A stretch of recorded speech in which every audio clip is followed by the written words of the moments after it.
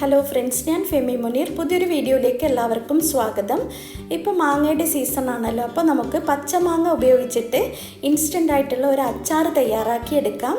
എരിവും മധുരവും പുളിയൊക്കെ ചേർന്ന ഈ അച്ചാർ എങ്ങനെ ഉണ്ടാക്കുന്നതെന്ന് നമുക്ക് നോക്കാം.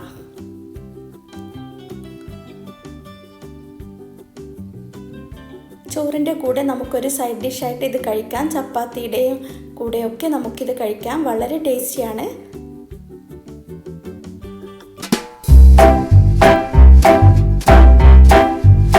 ഇതിന് വേണ്ടിയിട്ട് ഞാൻ 3 പച്ചമാങ്ങ, മീഡിയം സൈസിലുള്ള 3 മാങ്ങയാണ് എടുത്തത്.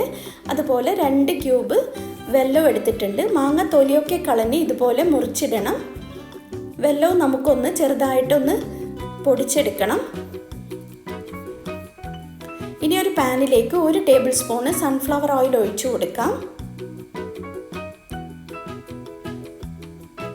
അതിലേക്ക് ഒരു 1/2 ടീസ്പൂണ് കടുക്, 1/2 ടീസ്പൂണ് ചെറിയ ജീരകം, 1/2 ടീസ്പൂണ് വലിയ ജീരകം, ഒരു 1/2 ടീസ്പൂണ് ഉലുവ, ഒരു 1/2 ടീസ്പൂണ് കരിഞ്ജീരകം.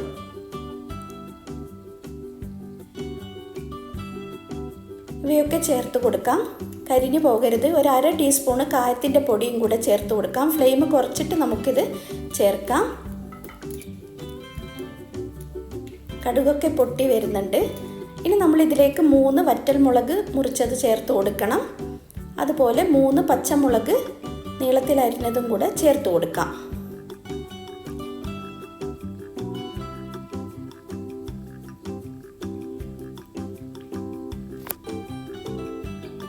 ഇനി നമ്മൾ തൊലിയൊക്കെ കളഞ്ഞ് മുറിച്ച് വെച്ച മാങ്ങ നമുക്കിതിലേക്ക് ഇട്ട് കൊടുക്കണം. ആവശ്യത്തിനുള്ള ഉപ്പ് ചേർത്ത് കൊടുക്കാം. എല്ലാം കൂടെ നന്നായിട്ടൊന്ന് യോജിപ്പിച്ചെടുക്കാം.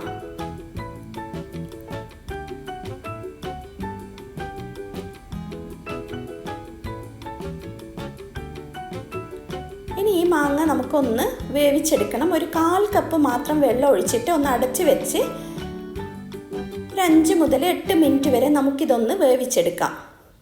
ലോ ഫ്ലെയിമിലിട്ടിട്ട് നമുക്കിത് വേവിച്ചെടുക്കാം. വെള്ളമൊക്കെ വറ്റി വന്നിട്ടുണ്ട്. മാങ്ങയൊക്കെ നന്നായിട്ട് സോഫ്റ്റായിട്ട് വന്നിട്ടുണ്ട്. ഇതുപോലെ ആയാൽ മതി.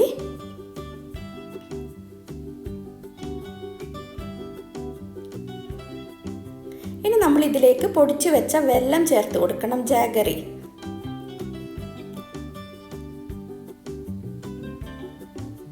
നന്നായിട്ടൊന്ന് മിക്സ് ചെയ്യാം.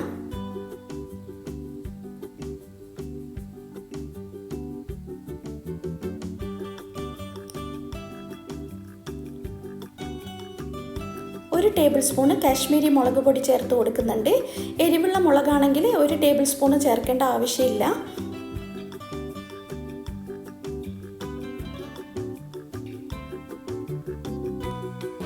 എല്ലാം കൂടെ നന്നായിട്ടൊന്ന് യോജിപ്പിക്കാം.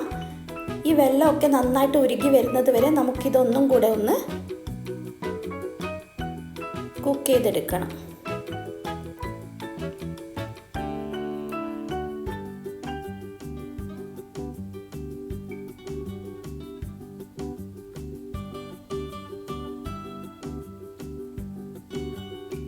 ഉപ്പ് ആവശ്യമുണ്ടെങ്കിൽ ഒരു 1/4 ടീസ്പൂണും കൂടെ ഉപ്പ് ചേർത്ത് കൊടുക്കണം. അപ്പോൾ വെല്ലമൊക്കെ ഏകദേശം നന്നായിട്ട് ഉരുകി വന്നിട്ടുണ്ട്. നമ്മുടെ അച്ചാർ ഇവിടെ തയ്യാറായി. വളരെ ടേസ്റ്റിയാണ്. ചോറിൻ്റെ കൂടെയൊക്കെ നമുക്കിത് സൈഡ് ഡിഷായിട്ട് സെർവ് ചെയ്യാം. നിങ്ങൾ കൂടുതൽ ക്വാണ്ടിറ്റി ഉണ്ടാക്കുന്നുണ്ടെങ്കിൽ ഇത് ഫ്രിഡ്ജിൽ നമുക്ക് സൂക്ഷിച്ച് വെക്കുകയും ചെയ്യാം.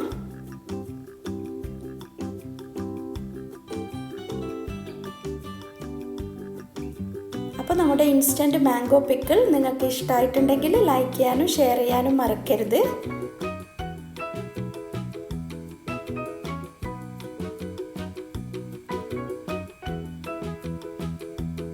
അതുപോലെ നിങ്ങൾ ആദ്യമായിട്ടാണ് ഈ ചാനൽ കാണുന്നതെങ്കിൽ സബ്സ്ക്രൈബ് ചെയ്യാനും മറക്കരുത്.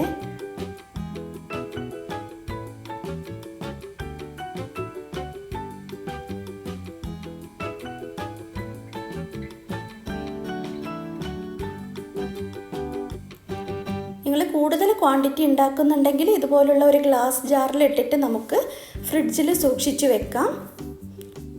2 ആഴ്ച വരെ ഒരു കുഴപ്പവും ഉണ്ടാവില്ല.